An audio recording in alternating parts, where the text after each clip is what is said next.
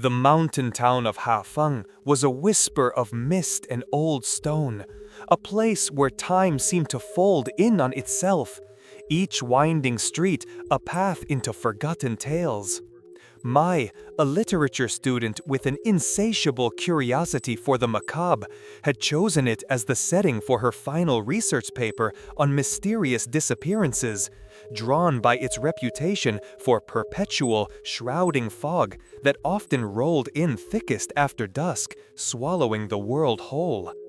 At 22, she was an unusual blend of academic rigor and a fervent, almost romantic, love for the chilling whispers of folk horror, a fascination that had led her to this quiet, somewhat isolated corner of the world. Her days were spent poring over dusty newspaper archives in the small-town library, interviewing the few reluctant long-time residents and tracing the faded lines of local legends. But it was the story of the Lei family that truly snagged her imagination, an enigma that had haunted Hafeng for over 20 decades. They had simply vanished one torrential night, leaving behind an empty house and a silence that no one dared to break. The property, a sprawling two-story structure of decaying wood and broken windows, stood on the outskirts, a skeletal finger pointing towards the sky, its presence a stark reminder of the unknown. Mai had heard the hushed warnings, the superstitious murmurs about the house being cursed, its air thick with lingering sorrow. But her curiosity, a relentless beast, urged her closer. One afternoon, tracing a barely visible path through a tangle of overgrown weeds and gnarled trees, she found herself before the sagging gate. The wrought iron was rusted through, twisted like arthritic fingers. A gust of wind, cold and damp, rattled the loose panes in the window frames, almost a sigh from within. The front door, once a solid barrier, now hung askew on a single hinge, a gaping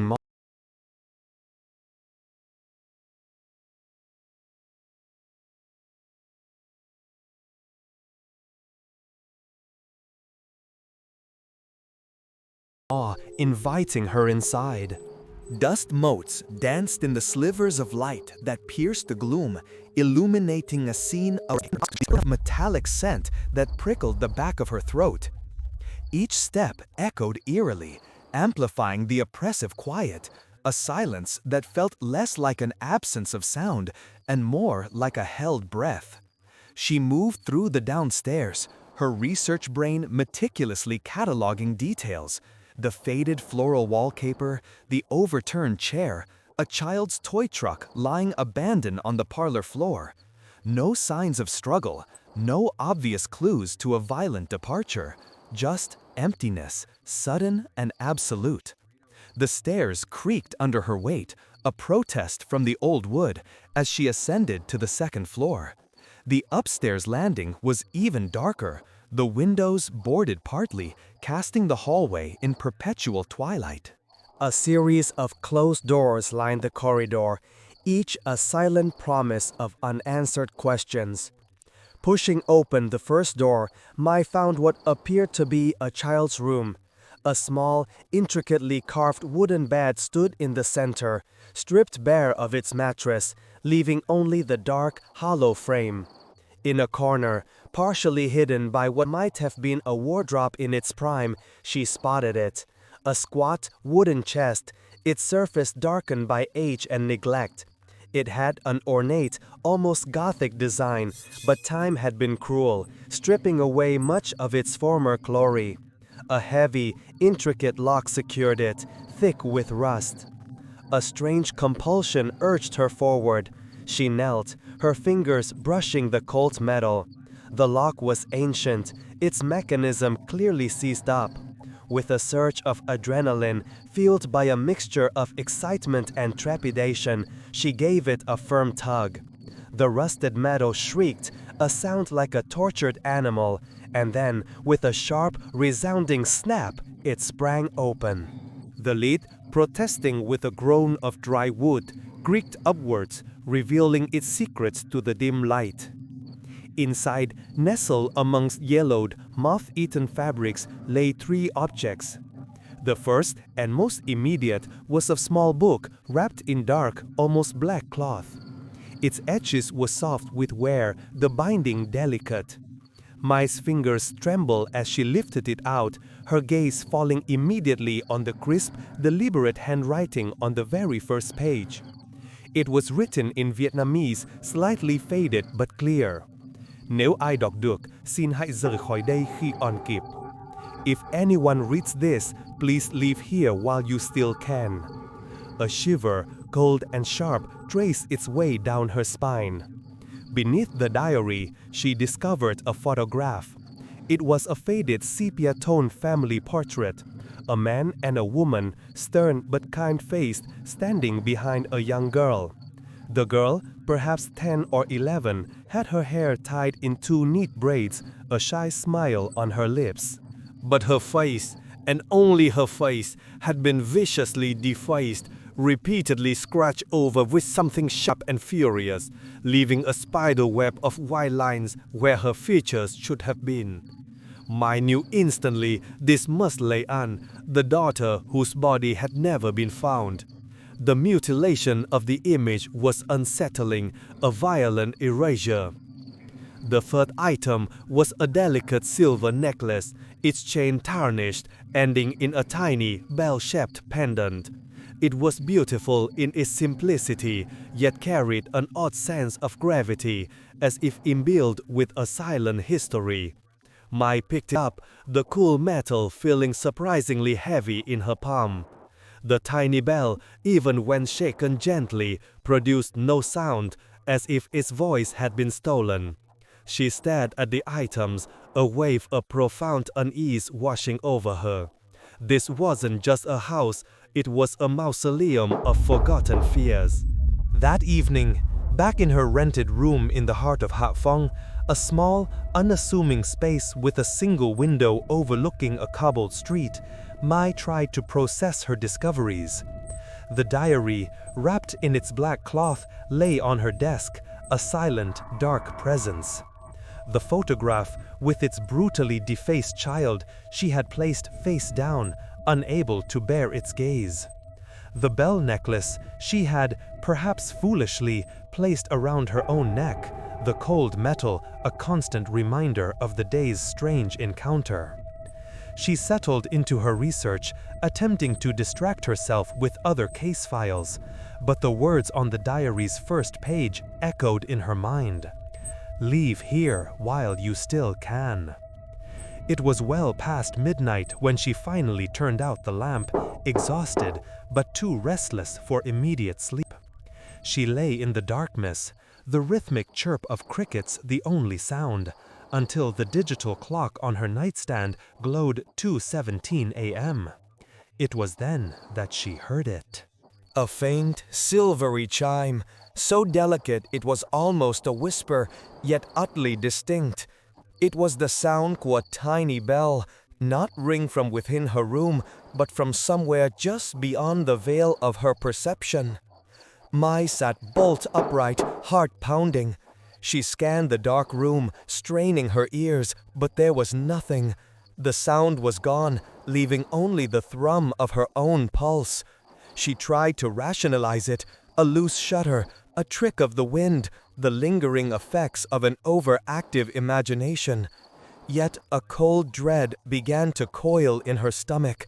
There was nothing in her room that could make such a sound, not a single decorative bell, no wind chimes outside. Sleep eluded her for the rest of the night. As soon as dawn broke, painting the sky in bruised purples and grays, Mai reached for the black-bound diary. Her fingers traced the elegant script of the first warning, a chill wind seeming to blow through the pages. With a deep breath, she began to read, her eyes devouring the words of a girl named Lê An, words penned in an age long past, yet resonating with a terrifying immediacy. Lê An's early entries spoke of a creeping dread that had infiltrated her world. Tôi luôn thấy người phụ nữ mình dài đứng cạnh cửa phòng mỗi đêm mà bố mẹ không tin. I always see the long-bodied woman standing by my door every night, but my parents don't believe me. Mai's breath hitched. A long-bodied woman? The image was vivid, disturbing, a silhouette stretched beyond human proportions. Leanne wrote of her desperate attempts to convince her parents, their gentle reassurances slowly curdling into frustrated dismissal. Then came the entry about the bell. Cô bị buộc phải đeo chiếc chuông để nó tránh xa, nhưng thực chất chuông lại thu hút điều gì đó đến gần hơn. I was forced to wear the bell to keep it away, but in fact, the bell attracted something closer. Mai instinctively reached for the necklace around her own throat, the tiny, silent bell suddenly feeling heavy, ominous. A shiver, colder than the morning air, racked her frame. The irony, the horrifying twist, what was meant to protect had only served as an invitation. Leanne's fear escalated. Cô nghe tiếng gõ 3 lần lên tường vào lúc nửa đêm. I hear 3 knocks on the wall at midnight. Mai imagined a girl, huddled in her bed, listening to the rhythmic, chilling sound, a secret communication from an unseen entity. Each entry deepened the sense of impending doom, the subtle buildup of terror, painted with the stark honesty of a child's fear. She flipped through more pages, the story unfolding, each word a step further into the abyss of Leanne's nightmare. The writing grew more erratic, the lines slanting, the ink blotched in places, as if smeared by hurried, trembling hands, or perhaps, as the words suggested, by the relentless rain that night. Finally, she reached the last page, the final testament. The words were a frantic scrawl, almost illegible, the ink bleeding into the paper in places, as if dampened by a sudden downpour, or tears, or something far worse. Nó đã vào trong phòng, chuông không cứu được nữa. It's inside the room. The bell can't save me anymore. The words were a raw scream trapped on paper, a testament to pure, unadulterated terror. The finality of the sentence, coupled with the frantic, childlike handwriting, sent a wave of nausea through Mai. It was the last entry, the final, desperate plea before silence. It was clear now, the Le family hadn't just disappeared. They had been consumed by something unspeakable, and Leanne, the child, had borne witness to its terrible arrival. And now, Mai had brought a piece of that nightmare into her own room. The ghost of a tiny bell chime from high 2:17 a.m. echoed in her memory, a chilling premonition of the nights to come. The chilling words of Leanne's final entry clung to Mai like a shroud, refusing to dissipate with the morning light. The sun, usually a comforting presence, seemed weaker, its rays struggling to penetrate the gloom that had settled in her small room. She spent the day in a haze, the diary lying open on her desk, its secrets now exposed, its warning echoing in the hollow chambers of her mind. Every shadow seemed to deepen, every creak of the old house was amplified, distorted into something menacing. The faint scent of damp earth and old paper from the abandoned house seemed to permeate her senses, no matter how many times she aired out her room. That night, sleep was an impossibility. Mai lay awake, rigid, staring at the digital clock on her nightstand, dread building with each passing minute. As 2:17 a.m. flashed into existence, the tiny, ethereal chime returned. It was softer this time, almost a breath, yet undeniably present, brushing against the edges of her hearing. It felt closer, too, not just in the room, but somehow around her, a subtle vibration in the very air. She instinctively clutched the bell necklace at her throat, the cool metal a stark contrast to the sudden clamminess of her skin. The bell, the very object meant to ward off the unseen, was now a beacon, a siren's call for something she couldn't comprehend. The days that followed blurred into a cycle of relentless research and restless nights. Mai tried to immerse herself in her studies, hoping to intellectualize the phenomena, to find a rational explanation within the realm of folklore or psychology. But the rational world seemed to recede, replaced by a growing awareness of an encroaching presence. The tiny bell chimes became a nightly ritual, always at 2:17 a.m., sometimes a single, clear note, sometimes a rapid succession of delicate rings like a child's excited tremor. One evening, as she was preparing for bed, Mai paused before the small, antique mirror hanging above her wash basin. She looked at her reflection, tired eyes gazing back, when a subtle shift in the background got her attention. Behind her, just at the edge of the mirror's frame, a small, dark shadow flickered. It was indistinct, like a smudge on the glass, but it had a vaguely humanoid form, short, no taller than a 10-year-old child. She spun around, heart hammering against her ribs, but the room behind her was empty, bathed only in the soft glow of her bedside lamp. There was nothing there, just the familiar furniture, the stack of books, the ever-present diary on her desk. She slowly turned back to the mirror, her reflection now showing a face pale with fear. But the shadow was gone. It had been there, she was certain, a fleeting, silent observer. The occurrences escalated. The chimes, once confined to the dead of night, began to interrupt her waking hours. A faint, almost imperceptible ring would sometimes sound when she was alone in her room, focused on her work, or when she was walking down a quiet street in town.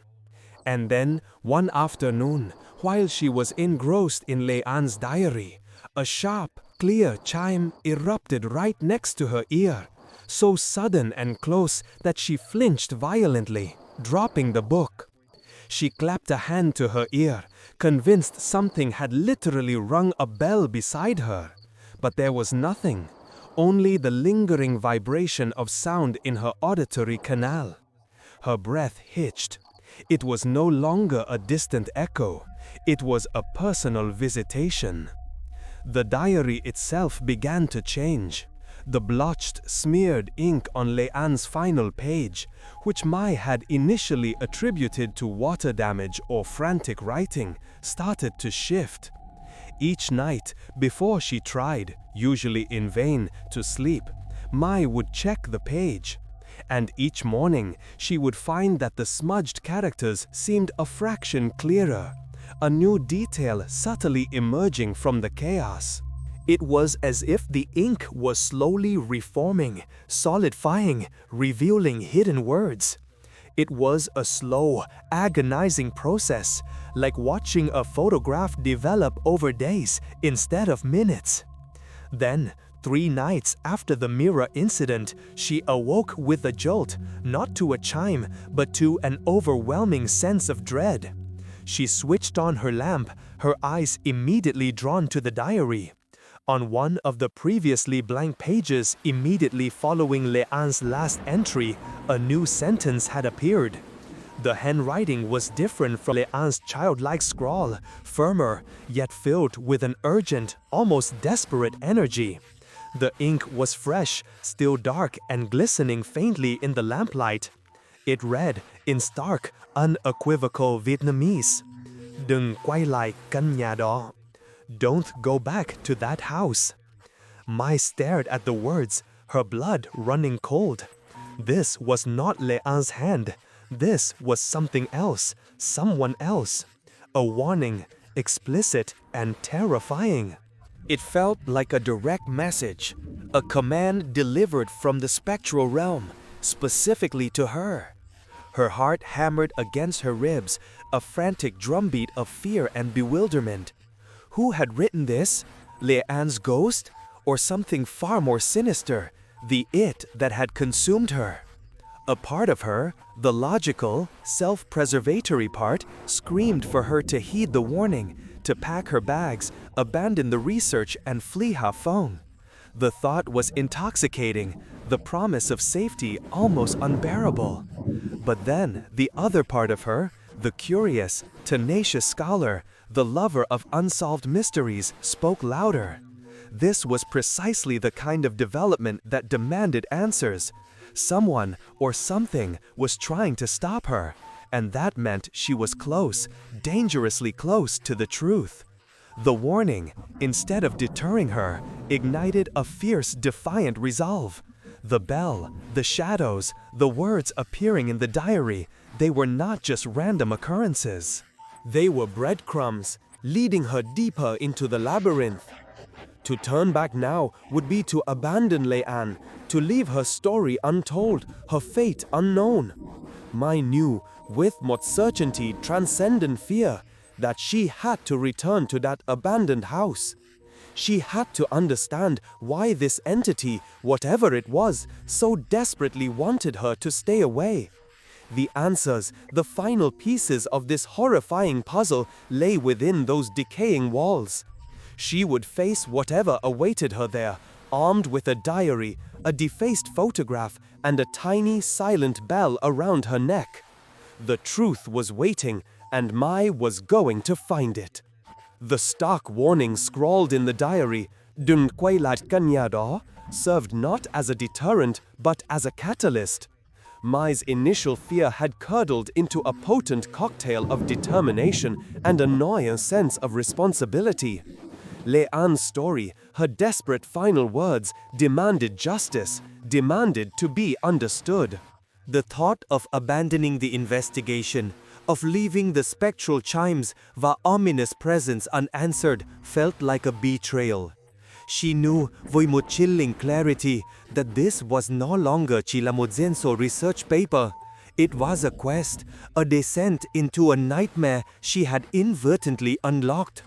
Before confronting the house again, Mai decided she needed more context, more history. The local archives had yielded little beyond dry police reports, the hushed local gossip. It was time to approach the town's living memory, the guardians of its unwritten histories. Her mind immediately turned to Ông Huy, the cemetery caretaker.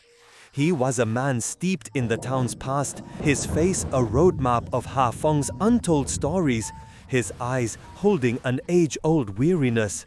She had interviewed him once before about the general folklore of the town, but whenever the Lê family was mentioned, his gaze would drop, his answers becoming terse, evasive. Now Mai knew why.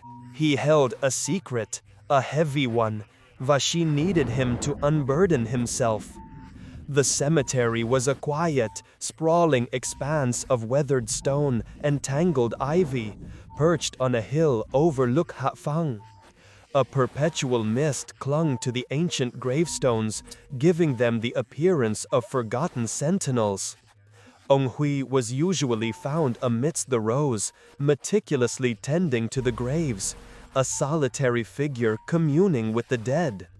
Mai found him near a cluster of particularly old, moss-covered markers, his gnarled hands gently wiping away grime from a faded inscription.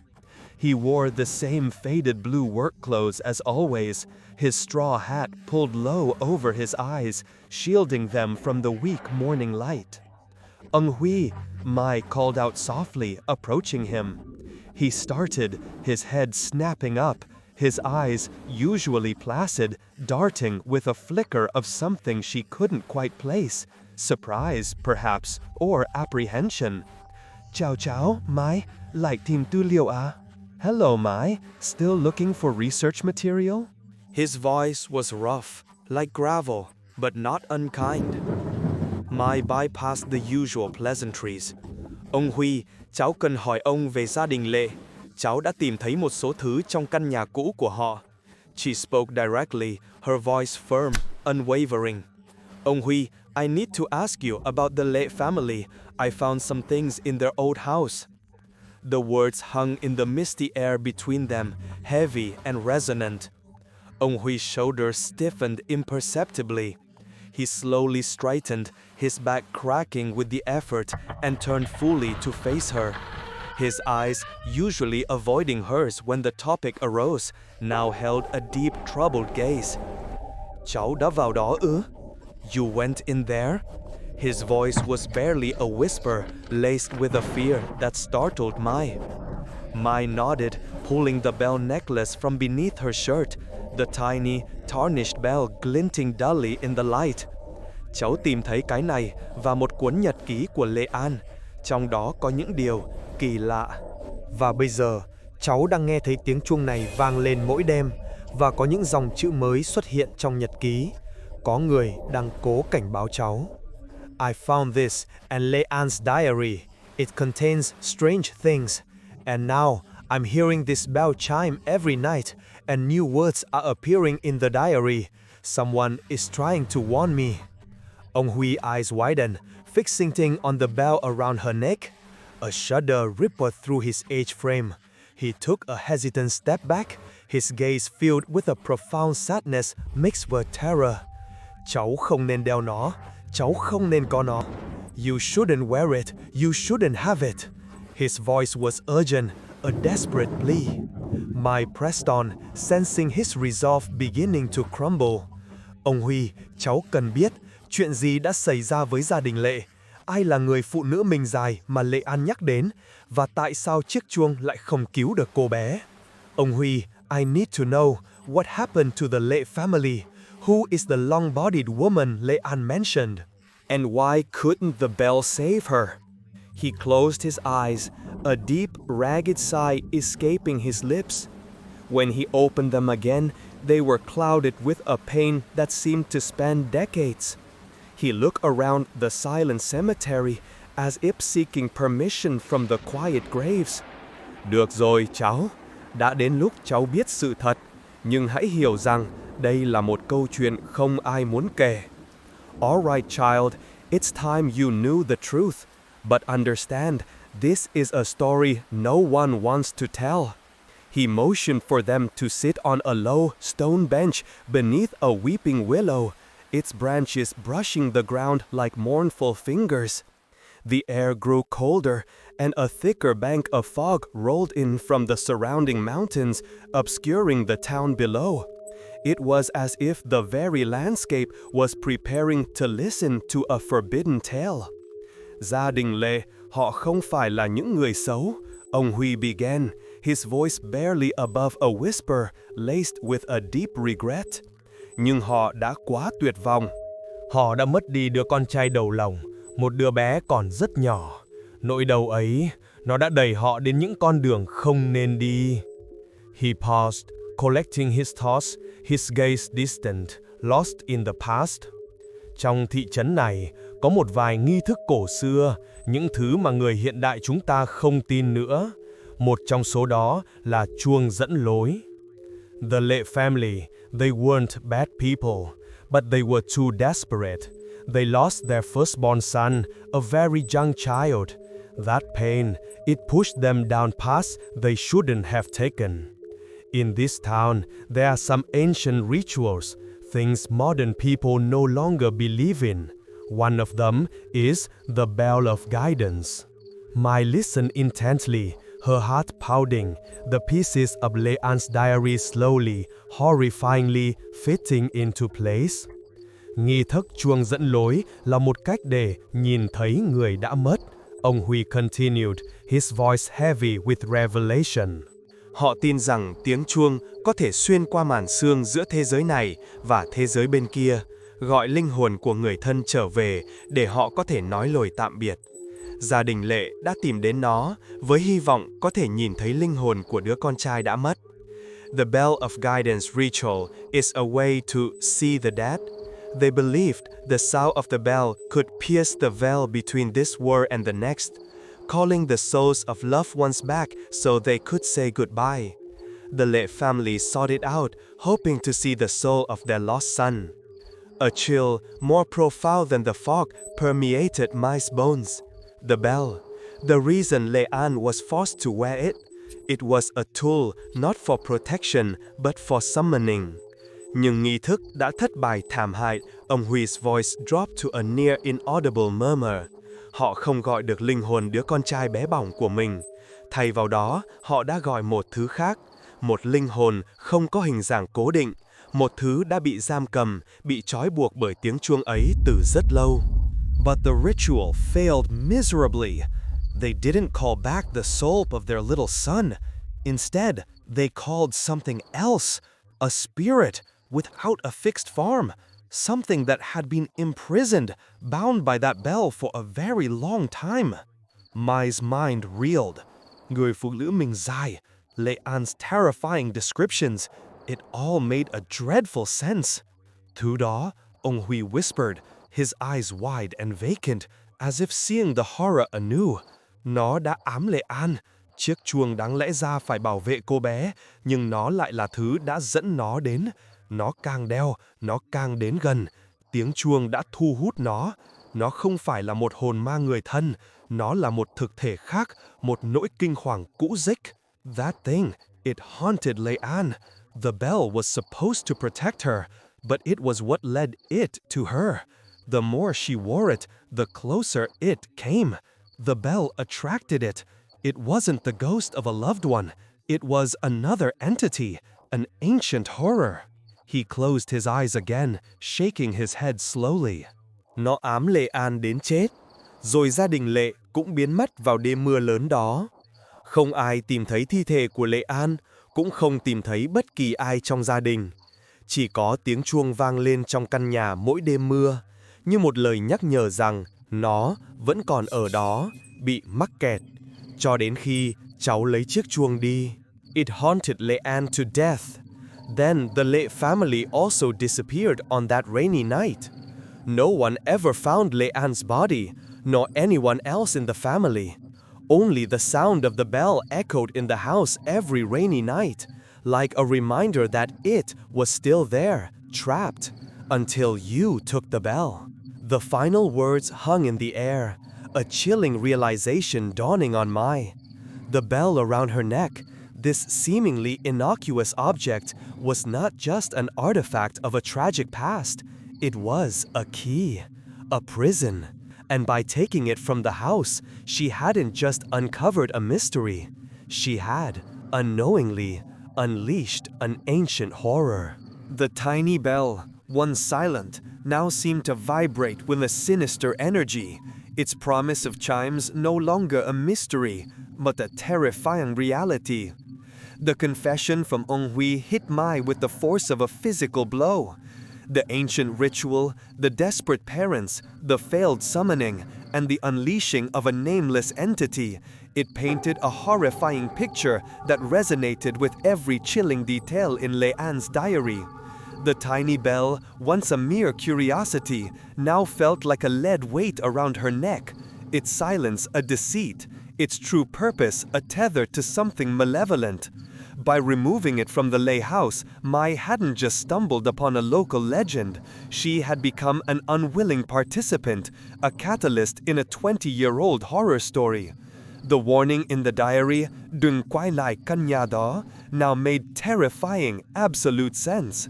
It wasn't just a caution, it was a desperate plea from whoever was trying to hold the entity at bay, or perhaps from the entity itself, warning her away from its prison. A cold, knotting fear coiled in my stomach. The chimes, the fleeting shadow in the mirror, the words appearing in the diary, they weren't mere phenomena.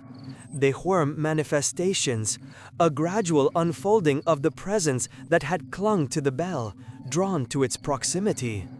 She realized with a sickening jolt that the it Ông Huy spoke of, the long-bodied woman Lê An described, was no longer confined to the abandoned house. It was here, with her, a silent, unseen passenger, growing stronger with each passing moment, its freedom granted by her unwitting act. She thanked Ông Huy, her voice hoarse, a distant tremor in its tone. He merely nodded, his eyes still distant, heavy with the weight of the past he had just revealed. As Mai left the cemetery, the thick fog seemed to press in closer, its tendrils reaching out, obscuring the path ahead.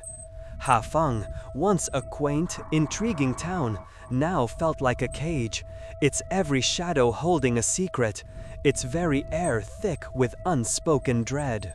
Back in her room, Mai's heart hammered a frantic rhythm against her ribs. The diary lay open on her desk, the fresh, urgent warning staring up at her. She picked it up, fingers trembling, flipping to Lê An's final, terrified entry. The smeared ink, once so ambiguous, now seemed to pulse with a hidden life. She stared at it, willing the new words to appear, to offer another clue, another warning, another way out. The afternoon wore on, each minute stretching into an eternity. Mai tried to eat, to read, to distract herself, but her mind kept returning to Ông Hui's words, to Lê An's chilling descriptions. The thought of that thing, shapeless yet present, the long-bodied woman, filled her with a profound, primal fear. She felt its presence in the subtle drop in temperature in her room, in the way the shadows seemed to deepen just out of her direct vision, in the oppressive silence that sometimes settled, pushing out all other sounds. As dusk bắt đầu trơn tím sáng vàng lẹ xung quanh brute purples và ominous grays, a sudden, powerful urge seized her. She had to go back to the house. The warning in the diary was clear, the fear in Ông Hui's eyes palpable.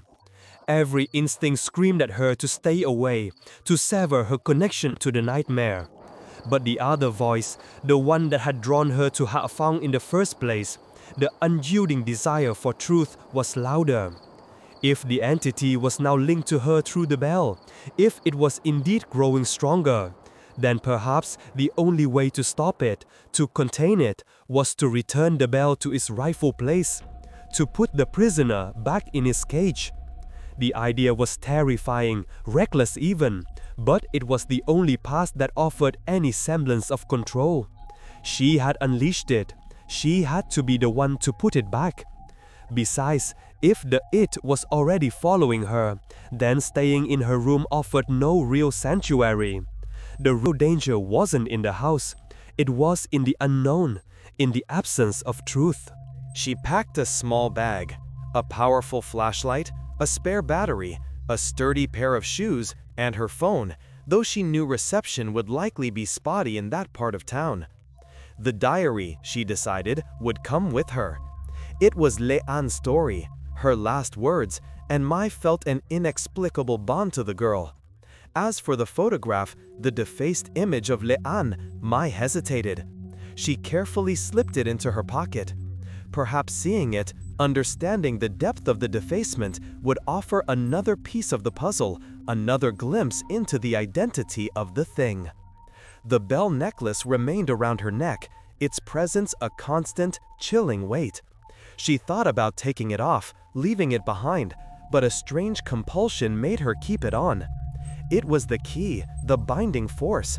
She needed it, not just as a means to return it, but as a direct connection to the entity, a way to gauge its presence, to understand its movements. Night had fully descended by the time Mai ventured out.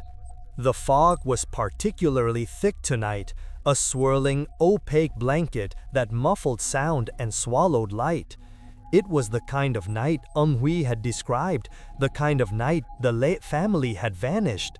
The air was cold, damp, and heavy with the scent of wet earth and ancient secrets.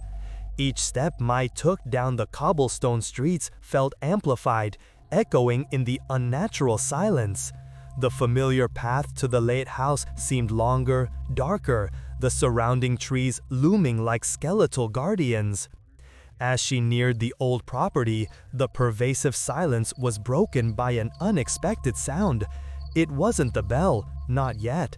It was a faint, almost imperceptible scratching, like nails dragging across a rough surface, coming from within the house. The sound was intermittent, erratic, a disquieting counterpoint to the thrum of her own pounding heart. It pulled her forward, a morbid curiosity overriding for mounting fear. The gate, still askew, seemed to swing open a fraction further as she approached, as if beckoning her in. The house itself loomed larger, darker, a vast, hungry shadow against the fog-laden sky. Its windows, like vacant eyes, stared out into the darkness, promising nothing but emptiness and decay. But Mai knew better now. It wasn't empty. It was waiting. With a deep, shaky breath, she pushed the door, its hinge groaning a mournful protest. The familiar scent of dampness and mildew, now tinged with something sharp and metallic, hit her immediately. The air was heavy, colder than outside, and seemed to vibrate with a palpable presence. She stepped inside, the floorboards groaning under her weight, the silence pressing in around her. The scratching sound had stopped. The house was utterly, terrifyingly silent. Mai pulled out her flashlight, its beam cutting a shaky path through the oppressive gloom. The familiar parlor, the overturned chair, the Chow's toy truck, they were still there, frozen in time, gathering more dust, more shadows. But something felt different. The air was thick, heavy, almost suffocating. It felt charged, alive with an unseen energy. Every nerve ending in Mai's body screamed a primal warning. She took a step further into the main hall, her eyes scanning the darkened corners, her hand clutched tightly around the flashlight. And then, with a soft, almost imperceptible click, the front door, which she had left ajar, swung shut behind her. The sound echoed with a chilling finality, sealing her fate within the darkened confines of the Lei house. She was trapped. The sudden, sharp click of the front door, sealing itself shut, reverberated through the cavernous silence of the Lei house, a sound that chilled Mai to the bone. It wasn't the creak of old wood shifting. It was a deliberate, almost defiant thud, as if an unseen hand had slammed it closed, trapping her within its decaying embrace. Her breath caught in her throat, a knot of pure terror twisting in her stomach.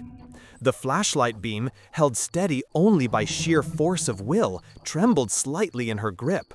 She spun around, frantically trying the handle, but it was locked, jammed tight, refusing to yield. Panic, cold and visceral, threatened to consume her. She was trapped, completely isolated in a house that was a known tomb, a prison for an entity she had inadvertently freed. The fog outside had swallowed the town, making any distant help impossible. She was utterly alone. Yet, beneath the surging fear, a sliver of resolve ignited. Retreat was no longer an option. The only way out was through. She had to find the chest, return the bell, and hope that by doing so, she could undo her mistake, re-imprison the horror she had unleashed. She took a deep, shuddering breath, forcing herself to focus. The scratching sound she had heard earlier, the one that had drawn her in, was gone. The house was once again plunged into an unnatural silence, a silence so profound it felt like a scream. Mai slowly turned, directing her flashlight beam towards the staircase. Each step up those creaking stairs felt like an ascent into another layer of dread. The air grew heavier, colder, permeated by that faint, metallic scent she had noticed before, now more potent, more acrid. As she reached the second-floor landing, the air seemed to thicken, pressing down on her, making it difficult to breathe. The closed doors of the bedrooms appeared even darker, more menacing. She pointed her flashlight towards Leanne's room, the place where she had found the diary. The door was slightly ajar, a sliver of deeper darkness visible within. She pushed it open slowly, bracing herself for what she might find. The room was as she remembered it. The carved wooden bed frame, the wardrobe, the empty space where the chest had been. But the oppressive sense of presence here was overwhelming, a tangible weight that made her knees weak. She could almost feel eyes on her, hundreds of them, watching from the periphery of her vision. The silence, too, was different. It wasn't empty, it was filled, vibrating with an unseen energy, a hum of malevolence that set her teeth on edge. Then it began. A faint, silvery chime, so delicate it was barely audible, drifted from behind her. Mai froze, her blood running cold. She knew that sound. It was the same chime she heard every night at 2:17 a.m. But this time, it wasn't a single chime. It was followed by another, and another, and another, each one echoing from a different direction within the house. The chimes grew in intensity. A cacophony of tiny, spectral bells ring from the walls, the ceiling, the floorboards, surrounding her, pressing in on her from all sides. It was as if the house chit itself was alive, its very structure vibrating with the resonance of countless unseen bells. The sound was disorienting, terrifying. It wasn't just auditory, it felt physical, a vibration that seeped into her bones, making her teeth ache. She clutched the bell necklace around her throat, realizing with a horrifying certainty that the sounds were converging, drawing closer, drawn by the very object she wore. Lei An's words echoed in her mind. The bell attracted something closer. Mai desperately tried to locate the source of the chimes, swinging her flashlight around, its beam dancing frantically across the decaying walls. There was nothing, no visible source, no movement in the shadows. Yet the chimes intensified, becoming a frantic, maddening peal. 1,000 tiny bells ring a chorus of terror. And then she saw it. On the ceiling, directly above her, a shadow began to unfurl. It wasn't a static shadow cast by an object. It was a living, breathing darkness that stretched and elongated itself, impossibly thin, impossibly long. It rippled like smoke given form, its contours shifting, flowing, yet maintaining a terrifying, vaguely humanoid shape. It was the long-bodied woman of Lei An's nightmares, now fully manifest, a living nightmare taking form before Mai's horrified eyes. The shadow extended, its elongated arms reaching down, its shadowy fingers brushing the dusty floor, almost touching Mai's hair. Its neck seemed to twist impossibly, its head rotating slowly until it was facing her, upside down. It had no discernible face, no eyes, no nose, no mouth in the traditional sense.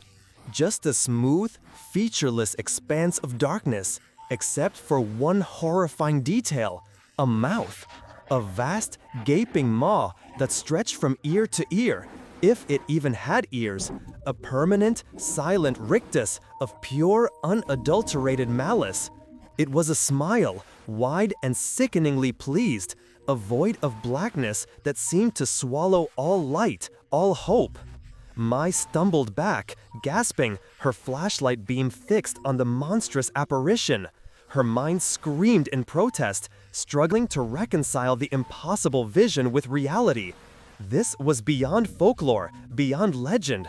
This was raw, unbridled horror. The chimes intensified further, a frenzied clamor, now seeming to emanate from the very being of the shadow creature, a symphony of its terrifying presence. As her gaze remained locked on the ceiling, a new horror unfolded. On the wall beside her, on the faded, floral wallpaper, dark lines began to appear. They weren't drawn with a pen or pencil. They were etched, scored into the plaster, as if with a sharp, elongated claw. The scratching sound, which had stopped upon her entry, now returned, but it wasn't from the house.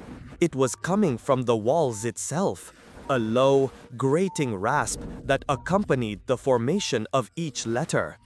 The lines formed words, stark and chilling, written in a crude, desperate hand that was definitely not Lê An's, nor the warnings. Trả lại chuông cho tôi. Give me back my bell. The words burned into Mai's mind, a direct command, a furious demand. The it didn't want the bell gone because it was trapped by it. It wanted the bell back because the bell belonged to it. It was its anchor, its tool, perhaps even its very essence. Mai's fingers flew to the necklace, clutching the cold metal. The bell wasn't a prison for it. It was a prison for Lê An, a focus point, a way for the entity to maintain its hold, its terrifying influence. By taking it, Mai had freed Lê An's tormented spirit. Yes, but in doing so, she had also freed the entity that had preyed upon her. The entity wanted its tool back, its means of control, and it wanted it from her. The long-bodied shadow on the ceiling began to descend, slowly, deliberately, its gaping smile widening impossibly. The myriad chimes reached a fever pitch, overwhelming her senses, threatening to shatter her sanity.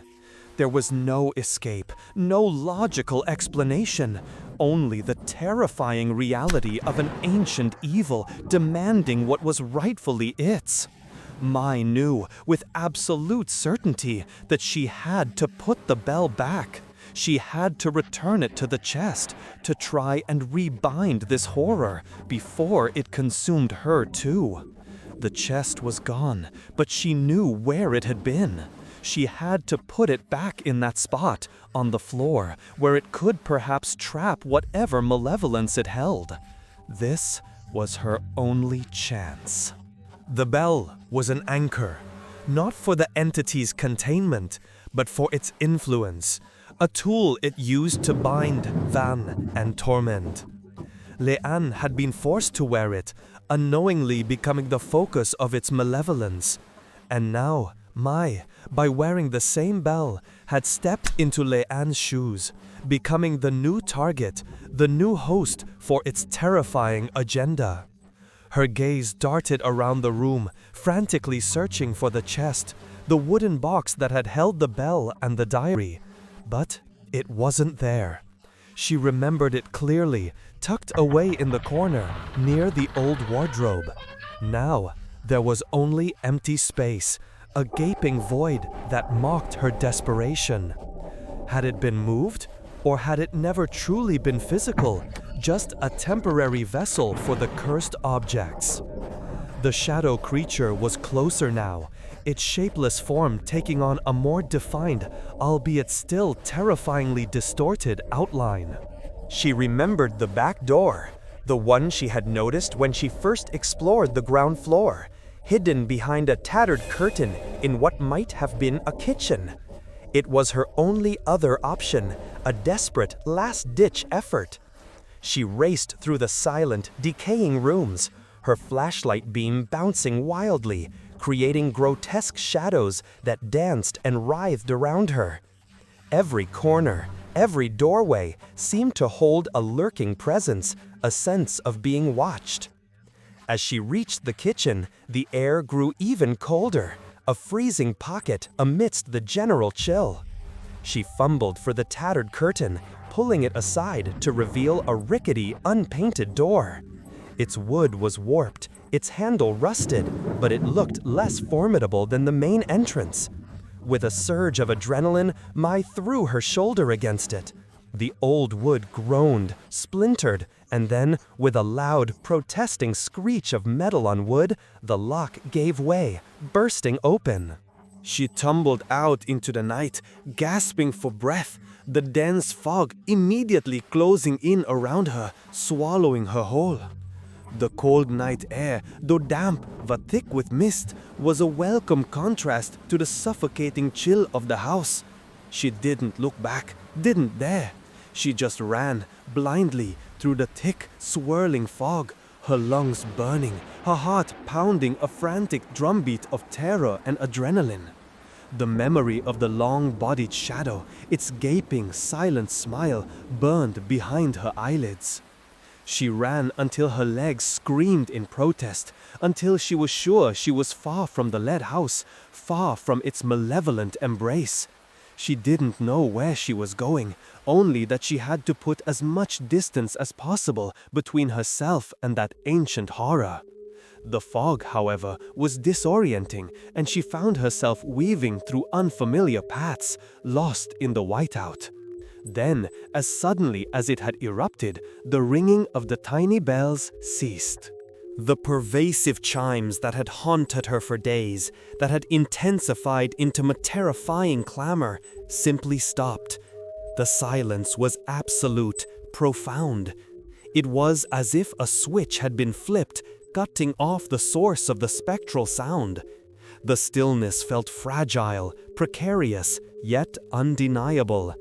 Mai paused, leaning against a rough tree trunk, gulping in the cold, damp air, listening. Nothing. Only the steady thrum of her own pulse in her ears. Had it worked? Had putting the bell back into its designated spot, its point of origin, truly re-imprisoned the entity? A fragile, tentative hope flickered within her. Perhaps she had managed to undo her terrible mistake after all. The house was now silent, the bell no longer ringing. The nightmare, perhaps, was over.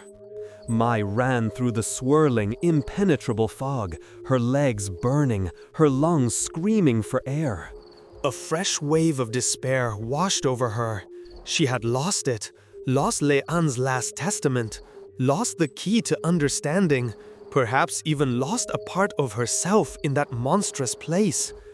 The thought of the diary lying open in that silent, haunted room, waiting to be found by the entity, was a fresh torment. Mai stumbled to her wash basin, splashed cold water on her face, trying to shake off the lingering dread. She looked into the mirror, her reflection a pale, disheveled stranger with wide, haunted eyes. There were dark smudges under them, stark against her ashen skin. She looked exhausted, as if she had aged years in a single night. She scanned the background, half expecting to see the fleeting shadow of the child, but there was nothing. Only the familiar, cluttered objects of her room. The relief was immense, almost physical. She turned away from the mirror, and that's when she saw it. On her desk, lying precisely where she had left it that morning, was the black-bound diary. Her breath hitched. She remembered, with absolute certainty, putting it into her small bag before leaving for the late house. She remembered clinging to it, even holding it in her thigh as she knelt to place the bell. And yet, here it was, back in her room, pristine, as if it had never left. A tremor of unease, different from fear, began to snake through her. This was impossible. Utterly, defyingly impossible. She approached the desk slowly, her eyes fixed on the diary as if it might disappear, or worse, come alive. Her hand reached out, hovering above the black cloth cover, hesitant. It was real. It was undeniably there. She picked it up, her fingers tracing the familiar texture of the fabric. It felt cool, slightly damp, as if it had just come in from the night air. With a growing sense of dread, Mai opened the diary to the last page, the page with Lei An's frantic, smeared final entry. Mai's eyes scanned the words, her blood turning to ice with each character. Cảm ơn chị đã giải thoát cho nó, giờ đến lượt em. Thank you for freeing it. Now it's my turn. The words were a hammer blow to her already fragile sanity. Freed it? Lei An's writing? And then the chilling final sentence. Now it's my turn. Her turn for what? And who was it? If the long-bodied woman was the entity, and Lei An had written, "Thank you for freeing it," then who had been trapped by the bell? Before Mai could even begin to process the horrifying implication of Lei An's words, a faint, silvery chime echoed through her room. It wasn't the distant, ethereal whisper of before, nor the frantic, deafening clamor of the lay house. This chime was close, too close. It was a single, clear, resonant note coming from directly below her. The sound resonated from beneath her bed. The single, clear chime echoing from directly beneath her bed pierced Mai's fragile grasp on reality. Lê An's final, chilling words in the diary. Cảm ơn chị đã giải thoát cho nó. Giờ đến lượt em. Twisted into a grotesque knot of understanding. Thank you for freeing it. Now it's my turn. The bell hadn't been a prison for the long-bodied woman. It had been a prison for Lê An. And by returning it to the house, Mai had done exactly what Lê An had wanted. She had freed the entity that had tormented the child, only to inadvertently condemn herself to Lê An's fate. Lê An, the child who saw the long-bodied woman, was not trapped by the entity, but by the very bell meant to save her from it. The Lê family's ritual had inadvertently bound their own child to the bell, hoping its chimes would keep the other entity away, a terrible irony. Mai's blood ran cold, a terror unlike any she had experienced gripping her. It wasn't just fear for her life, it was the gut-wrenching realization of betrayal, of being played by the very victim she sought to help. Lê An's spirit, liberated from its prison, was now free, but its freedom came at my expense. The chilling truth that now dawned on her, a truth that shattered her entire understanding of Lê family tragedy, was that Lê An's ghost was not benevolent. It was calculating. It was waiting. She stumbled backward from the desk, her eyes wide with unadulterated horror, fixed on the space beneath her bed. The room, brightly lit moments ago, suddenly seemed to shrink, its corners deepening into menacing shadows. The air grew heavy, thick with a familiar metallic scent, now tinged with something sickly sweet, like decaying flowers. Another chime, softer this time, almost a playful tinkle, drifted up from the floorboards. It was the sound of the bell, unmistakably, yet Mai knew it was no longer in the house. She had left it there, on the dusty floor of Lê An's bedroom. But the chimes were here, in her room, directly beneath her bed. It wasn't the bell ringing. It was Lê An, or whatever semblance of her spirit remained, that was creating the sound, recreating the very torment she had endured. Mai's gaze fell to the space between her bed frame and the floor.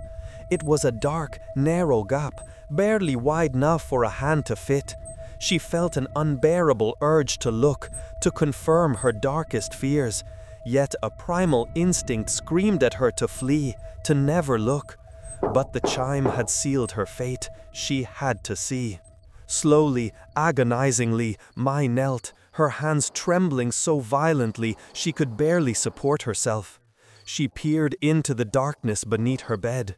At first, there was nothing, just dust motes dancing in the dim light cast by the room lamps, shadows playing tricks on her eyes. Then, a small, pale hand emerged from the deepest shadow, its fingers delicate, childlike.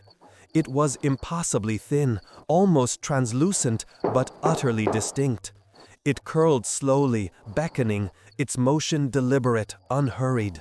And around its wrist, a familiar, tiny, tarnished silver bell, now seeming to glow with an inner, spectral light, was clasped. It was the bell she had worn, the bell she had returned. It was back, and it was around Lê An's wrist. The spectral hand moved, lightly tapping the bell against the wooden frame of the bed, producing another soft, delicate chime that vibrated directly into Mai's chest. It wasn't just a sound, it was a sensation, a cold, piercing touch that seeped into her very core. And then, a small child's voice, whisper soft yet perfectly clear, resonated from beneath the bed. It was Leanne's voice, the voice of a little girl, but laced with an ancient, chilling glee that sent shivers down my spine. Chị đến để chơi với em đi mai, bây giờ em không còn cô đơn nữa. Come play with me, Mai. Now I'm not alone anymore. The words hung in the air, a chilling invitation, a terrifying declaration. Mai gasped, scrambling backward, her mind reeling. Leanne wasn't asking for help. She was demanding companionship. She wasn't a victim seeking peace. She was a lonely spirit, resentful with her endless torment, eager to share her suffering. The long-bodied woman had been a tormentor, yes, but Leanne had been a prisoner, held by the bell, trapped in a house while the other entity stalked the night.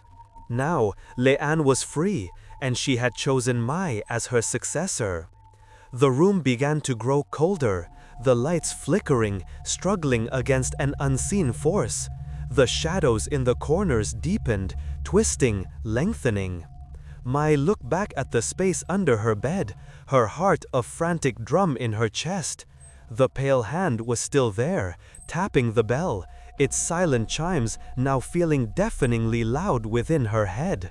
And slowly, agonizingly, a small round face began to emerge from the darkness, eyes wide and black, a small innocent smile on its lips, yet utterly devoid of warmth, filled only with an eerie, possessive triumph. It was Leanne, her face now untouched, perfect, as if the defaced photograph had magically healed, her beauty restored in death. Mai knew then, with absolute terrifying certainty, that her search for truth had led her not to answers but to a perpetual nightmare. She had taken Leanne's place. The Le family hadn't vanished.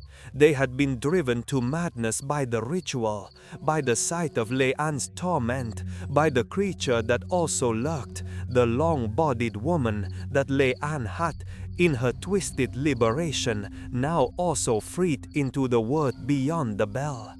The bell had not only trapped Leanne, but it had also, in a way, contained the true entity's focus. Now, both were free, and Mai was the new nexus. The ghostly hand extended further, its fingertips brushing Mai's ankle. The touch was icy, sending a jolt of unnatural cold through her entire body, numbing her from the inside out. A wave of exhaustion, profound and immediate, washed over her, her eyelids growing heavy. She fought it, fought the encroaching darkness, the chilling pull. But the smile on Leanne's face widened, a silent, knowing grin. The room plunged into darkness as the lights finally gave out, leaving Mai enveloped in the impenetrable gloom.